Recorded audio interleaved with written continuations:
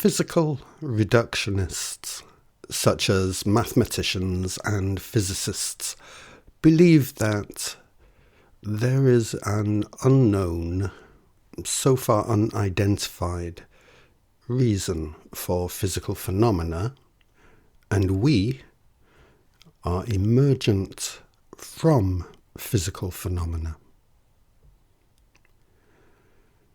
You reductionists, you are wrong. It's not that your work isn't impressive. I think you guys do astounding things. But being foundationally wrong is being foundationally wrong. And you guys really should care about that. It is this simple.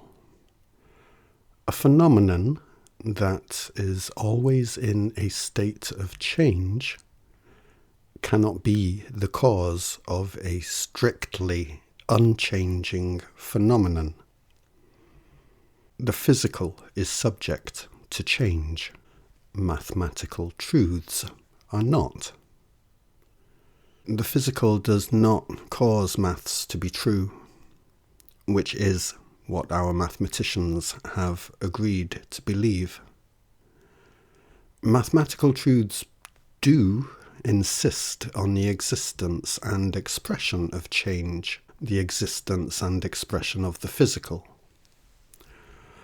Or in other words, the physical does not cause things to be true. What is unchangingly true causes the physical. And to have the direction of causality backwards is to have the direction of causality backwards. All one can do in such a situation, until this foundational error is corrected, is develop the best hacks one can for not understanding what is happening. So that's the physical reductionists. What about the God believers? God believers believe that we are emergents from a creator God that is intrinsically involved in our lives. God believers, like reductionists, come in many flavours, but that we were specifically and consciously brought into being with premeditated purpose by God, and that God is somebody other than us, I think that is a reasonable summation of what I am going to define God believer as here. If you are somebody who believes that we are the emergent creation of a God who specifically created us with purpose and intention, a God who is somebody other than us, you are wrong. This is not to say there is no eternal life. There is. This is not to say there is no Jesus. There is. And he is me. There is much for you to be glad about. But being foundationally wrong is being foundationally wrong. And that will not serve you. What you call God is not God. It is only more of you. You are the eternal. You are the eternal, but you are not God. You were not created by God because you have always been. You have always been, and you create yourself every moment. Here's the thing about me, and what a devastating presence I am here.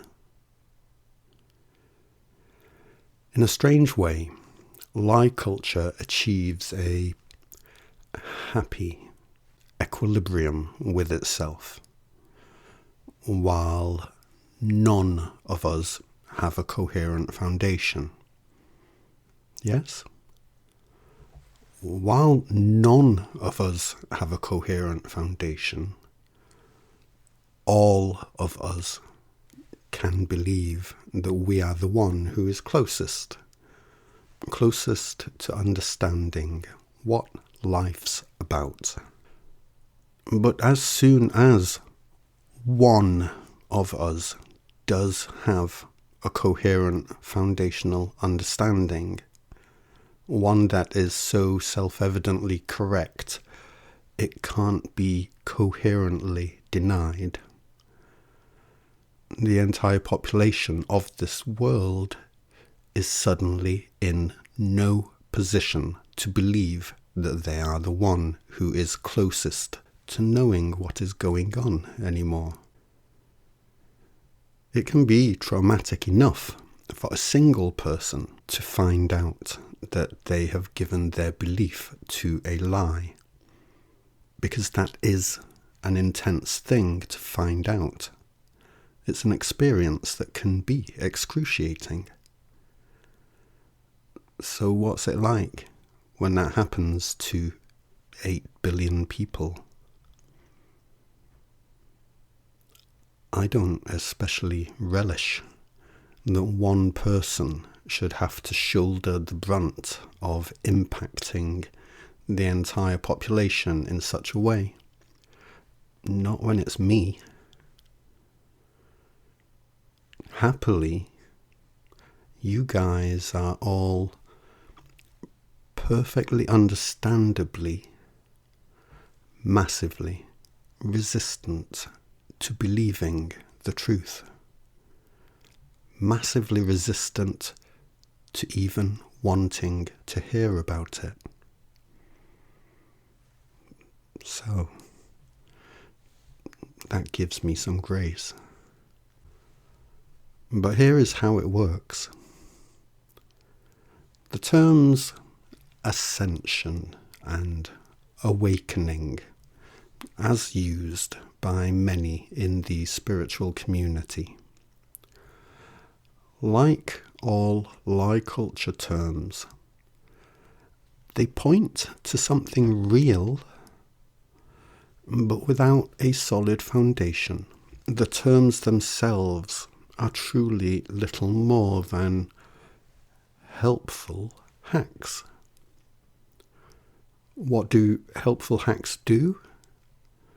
They help us find our way when we're not 100% sure of what we're doing. If we ask 100 people who use the terms ascension and or awakening what those terms mean, we will get a wide variety of answers.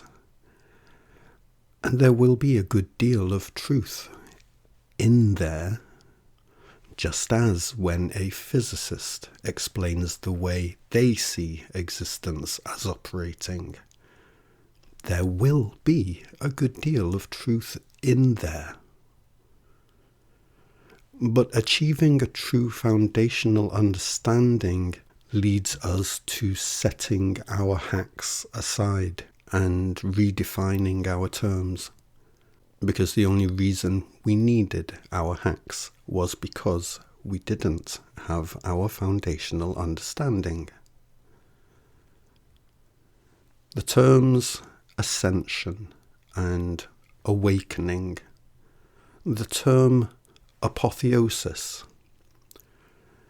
they refer to an event, a transformation, And how do we imagine such an event? I personally think of myself as having a particularly powerful imagination. But my imagination goes kind of bland when I try to imagine the personalities of elevated beings. There is a purity to archetypes that diminishes their personality. Angel, ascended master, deity, earth angel, all kinds of powerful these kinds of archetypes will be. But how do these beings really like to spend their time? Does an elevated being even have a personality? When we ascend, awaken, elevate, transcend, whatever, do we still get to keep our personalities? Or is it ridding ourselves of our own personalities that means we have made ourselves better? What we hope for from these archetypes of elevated beings is guidance to bliss. We hope for release from all that is burdensome about the human life. We would like to carry on living, please, but can it just be an eternity of elevated bliss, if that's not too much to ask? Well, it is too much to ask. And it isn't. The thing I'm finding about trying to introduce the real and actual foundation of our existence to you guys is that you need to allow yourself the disappointment of knowing you were wrong before you can then discover that the truth turns out to be so much better than the lie you are feeling grief over losing.